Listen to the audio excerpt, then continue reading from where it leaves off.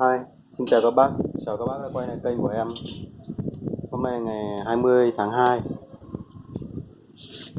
Hôm nay em có khoảng hơn 20 con máy em đăng lên. Các bác xem những con nào phù hợp với các bác thì các bác mua ủng hộ kênh của em.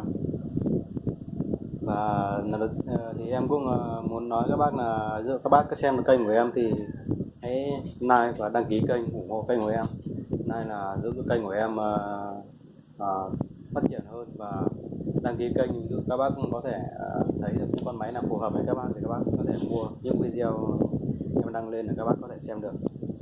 Thì hôm nay em có ít ổ điện của Nhật các bác nhé.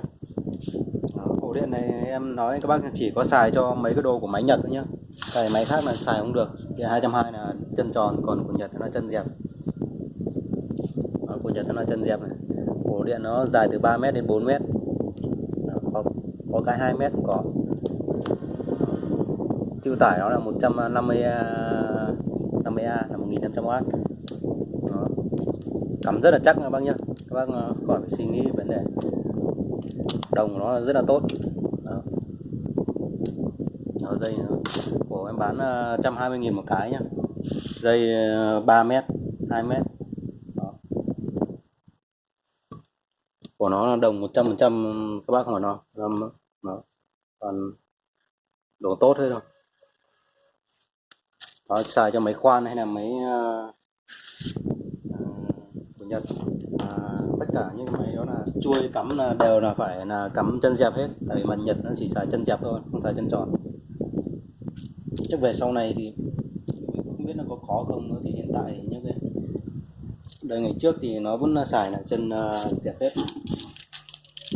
Thì hôm nay em cũng thông báo là em có 80 quạt.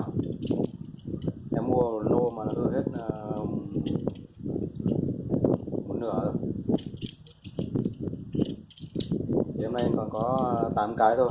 Thì các bác nào mua ba máy đổ lên thì em sẽ tặng các bác một cái quạt. Các bác về chế và công việc gì thì các bác tự làm. Thôi không làm mất thời gian của các bác nữa, em sẽ vào test con máy đầu tiên. Hôm nay em có ổ cắm rồi thì dễ thôi. Đây là con máy khoan Joby 2 chức năng các bác nhá. Điện, tất cả điện em bán hàng điện 100V hết các bác nhé. Em vẫn nhắc lại là điện 100V đó. Sợ nhiều bác xem lần đầu các bác không biết, bác mua về. Những con máy khoan này em bán ra thì tất cả là đều phải có cái mở này nha bác nhá. Đó. Còn những con máy mài không có. Máy mài con nào có thì em cho, không có thì thôi. Tại vì máy mài thì bác mua bên ngoài rất là dễ, ở đâu cũng bán hết những cái đồ mở máy mài. Nhưng mà riêng cái dòng máy khoan này thì các bác không thể mua được. Bác mua được thì cũng chả mở được. Đó. Nên là cái máy khoan nào em bán ra là tất cả những máy khoan đều có đầu hết. Cái nào không có đầu em sẽ nói không có đầu, em sẽ đợi nó có đầu em sẽ gửi, không thì thôi. Đó. Đây là con Joby. Con này là công suất 400W. Đó, tiếng máy của nó rất là êm bác.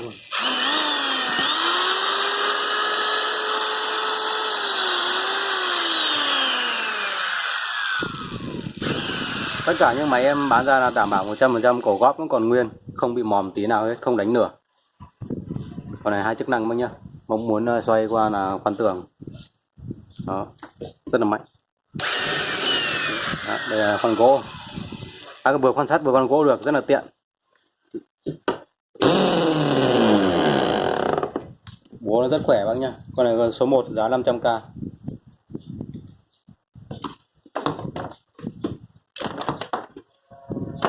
Ổ cắm là dây đúc vào rất là chắc các bác nhé. Rồi các bác, con này số 2 400k. Con này khoan sắt. Máy của Nhật là không có đảo chiều bác nhá. Cũng có con có đảo chiều nhưng mà ít lắm. Có dòng Hitachi có đảo chiều. Con này nó đầu kẹp là 13 ly. Công suất của nó là 530W. Nó đều có đồ mở hết các bác nhé. Các bác mua mấy con số 1 với con số 2 đi cùng một ấy thì rất là tiện. Bác quan sát con gỗ bác không phải thay mũi nữa, giá về thêm có mấy trăm ngàn thôi. Nhật người ta xài là đồ nào thứ đó chứ không có xài như mình là hai loại cùng một lúc, nó mất thời gian. Rồi đến con số 3 là con quan nhỏ. Con này có thắng nhá, của Makita, số 3 là 350.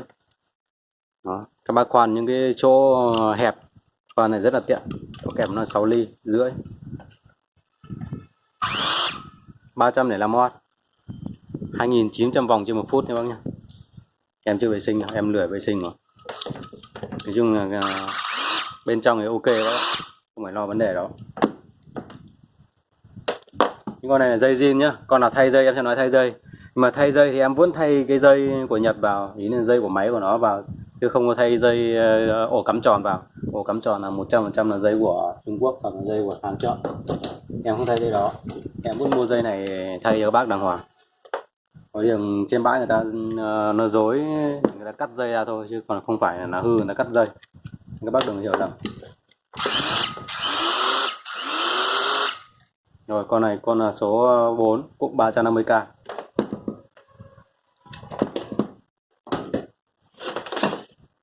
Các bác mà mua hàng ấy, các bác nhớ nhắn cho em một cái tin nha bác nhá, tại vì nhiều người quá nên là em quên nữa. Nhiều khi em ra đường các bác cũng quen, các bác khách quen, các bác bảo lấy con này nhưng mà em nhưng mà tối về em lại quên mất, nên các bác thông cảm cho em, tại vì nhiều người gọi quá nên là các bác nhắn cho em một cái tin đó. Bác nhắn con tin nhấn lấy con số mới đó là chắc chắn là em sẽ vào tin nhắn, em sẽ coi là nó sẽ chính xác không bị lộn. Em cũng không phải làm phiền các bác là điện cho các bác hỏi lại nữa. Nhiều bác bảo chứ chú lại quên rồi, nên các bác thông cảm. Đây là con bắn vít của Hitachi nhá. Con này đằng trong nội thất của nó thì còn rất là mới bác. Con này là nó 190W, 750 vòng trên 1 phút. Con này là có cấp độ ở đây nữa này, nó xoay ở đây này.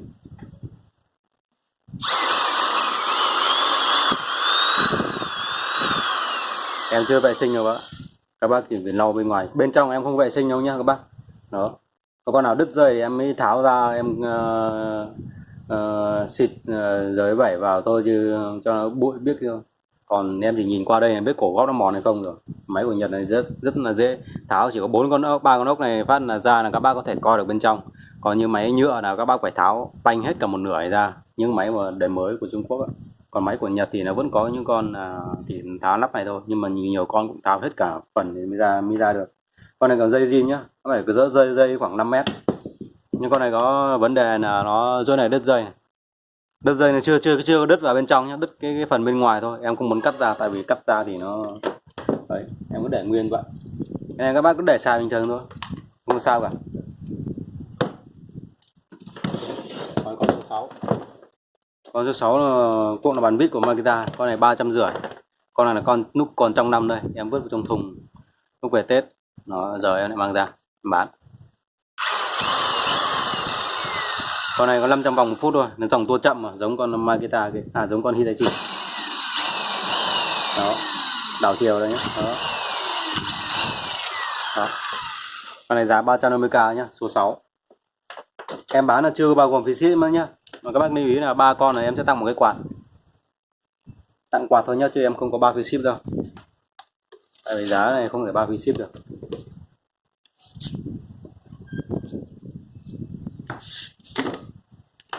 Đây là có cái con không biết nó dùng mục đích gì.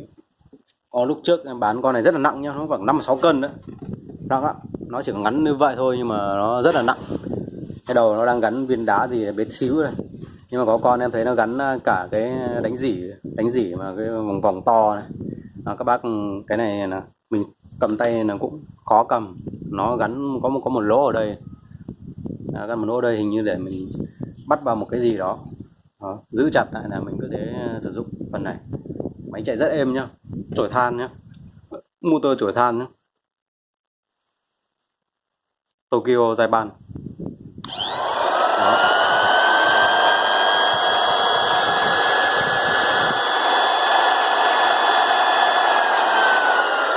Con số 7 600k nhá.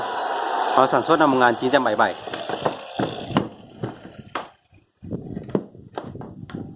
Em có hai con, một con màu đen, một con màu trắng. Hai con này còn dây zin hết bác nhá, chưa có tháo, nó chưa cắt dây.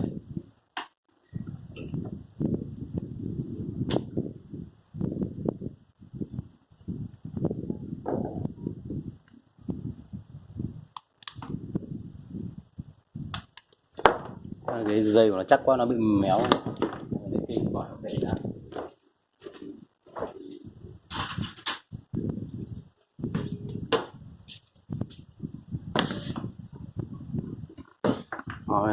Nó làm bằng đồng rất là tốt thôi nhá, chứ không phải đồng như mình là đồng pha đâu, đồng là đồng nguyên chất.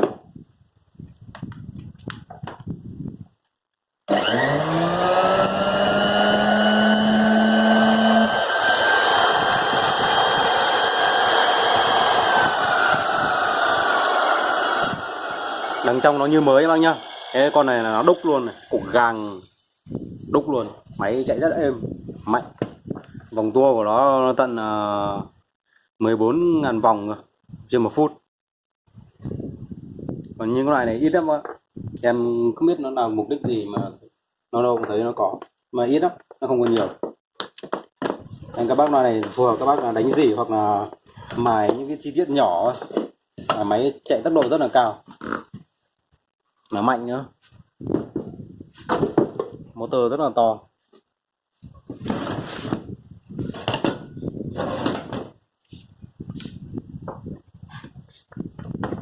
Rồi đấy, con khoan Toshiba số 9.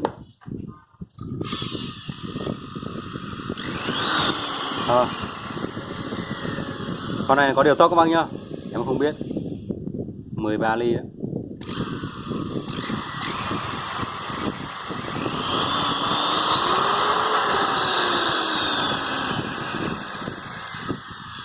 Số 9 400k. Đó, các bác nhìn thấy dây đồng trong như mới luôn. Thì các bác yên tâm nhé. Mấy cái dòng này vỏ nhôm thôi nhưng mà nó rất là tốt. Công suất của nó là 530W, 1400 vòng trên 1 phút. Bác nhìn ốc của nó còn rất là mới, không có tháo mở gì hết. Những con này còn dây nguyên, em không có tháo. Con này con hôm qua đây, nó vẫn bị tình trạng như vậy. Các em nghĩ là nó cong, đó, ấn vào nó lại chạy. Mà em bán 450k. Nếu mà hôm nay không ai mua nó, em sẽ để lại xài, chế cháo linh tinh mấy cái đồ gỗ này.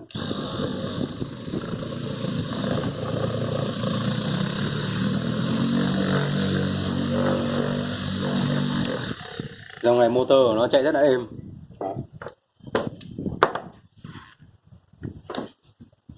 Con số 11. Số 11 là con máy cắt Hitachi. Con này em chưa vệ sinh đâu. Các bác nhìn nè. Ốc của nó, máy rất là bóng. Sản xuất từ năm 1974. Trên này in dây thì không có ghi, nhưng mà trên máy ghi 1971. Các bác nhìn cái bảo vệ bằng nhôm là biết rồi, sản xuất rất lâu đời.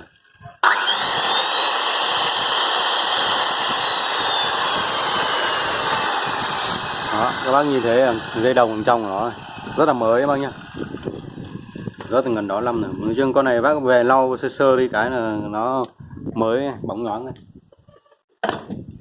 Giá là 480 nhá. Lưỡi cắt là lưỡi cắt thép gió nhá, không phải hợp kim bác nhá. Tại vì thời đó chỉ có thép gió thôi, không có hợp kim đâu. Con này chắc cùng đời với nó, nhưng mà sao này, hay gì nó không có ghi đâu. Con này nữa như tầm 890 đấy, to. Đó, cũng giống như máy đó. Đằng trong dây đồng rất là mới bác. Đổ keo cái thứ rất là cẩn thận. Đó.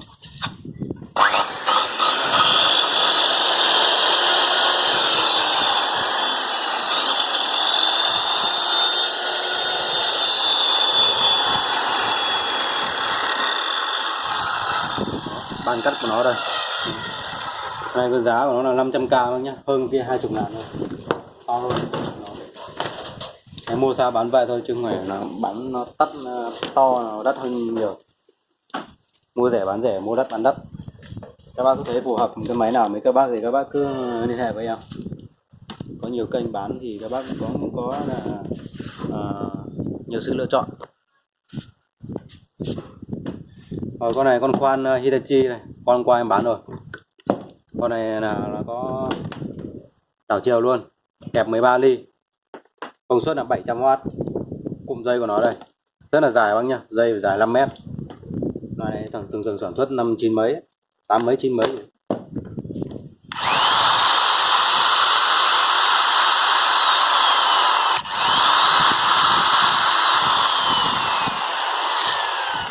Bác mà nhìn cuộn dây nó còn mới như vậy, mềm như vậy thì khỏi phải cần no bên trong nhá. Bên trong nó cũng quá mới. Con này 600k nhá, số 13.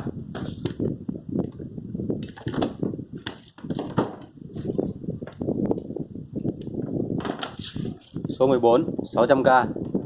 Con này chắc là 50 năm rồi. Một lưỡi 180 nhá. Nhưng mà nó đang gắn cái đánh rỉ ở đây. Đó. Con này về đánh rỉ công suất lớn thì rất là chắc, rất là thoải mái. Nó có cả tay cầm trên này, có cả ở đây nữa. Đó.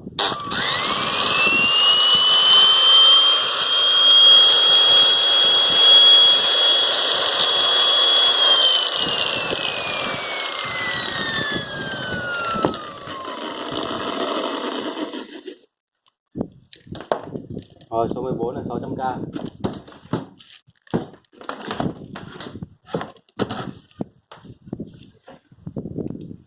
Số 15 đánh bóng này. Đánh bóng trung chế các bác loại mà motor thẳng các bác chế các bác làm gì cũng được hết. Có làm nhiều chức năng lắm. Còn này đường kính là 150 ấy.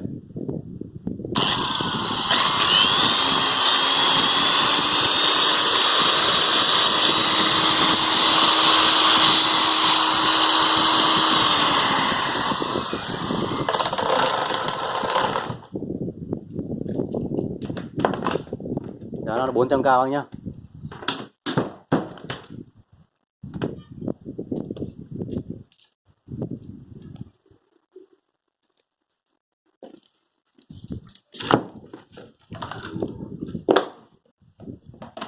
Con số 16 cũng giống vậy luôn, 400k luôn. Hitachi cũng nữa, đường kính 150, 4000 vòng một phút. Nhật này, nước này của Nhật nó làm thì em chả biết.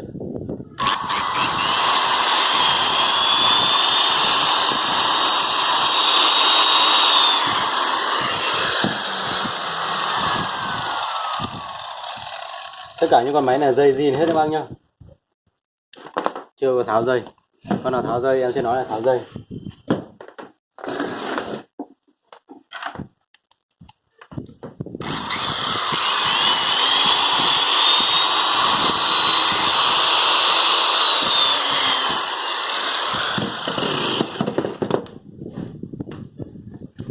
Những con này là 400 hết các bác nhá.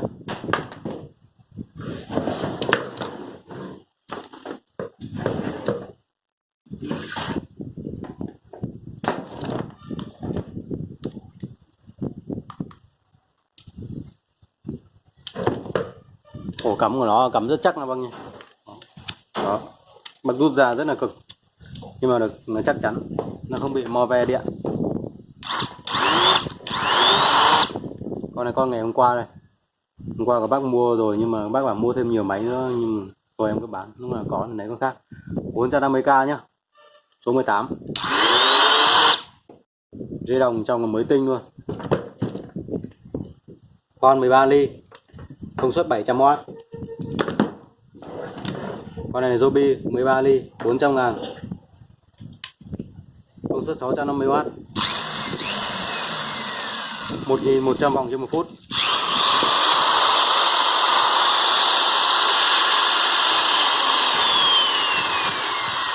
Công nhận là mấy con vỏ nhôm này nó chạy nó êm, mà đằng trong nội thất nó thì các bác tuyệt vời, dây đồng nó to lắm. Hôm nay có con cơ lọng này, cơ lọng của Makita, công suất nó là 390W.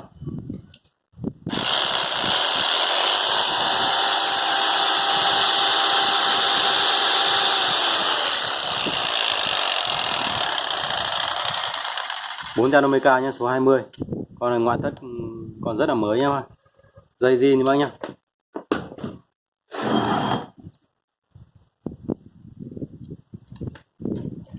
Mai con này của Sinco, không có cái nút dí ở đây nhá bác.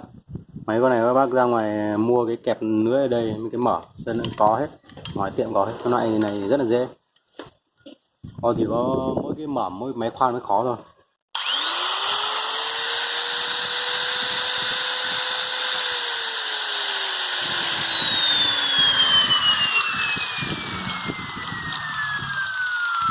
Đó, các bạn nghe tiếng rất êm bác nhá.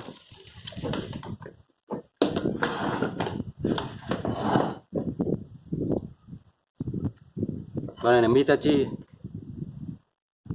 Tokyo Taipan, 4.300 vòng, công suất 350W. Bác nhìn ốc của nó, con nào ốc cũng khá mới, không có tháo thế, con dây còn nguyên zin.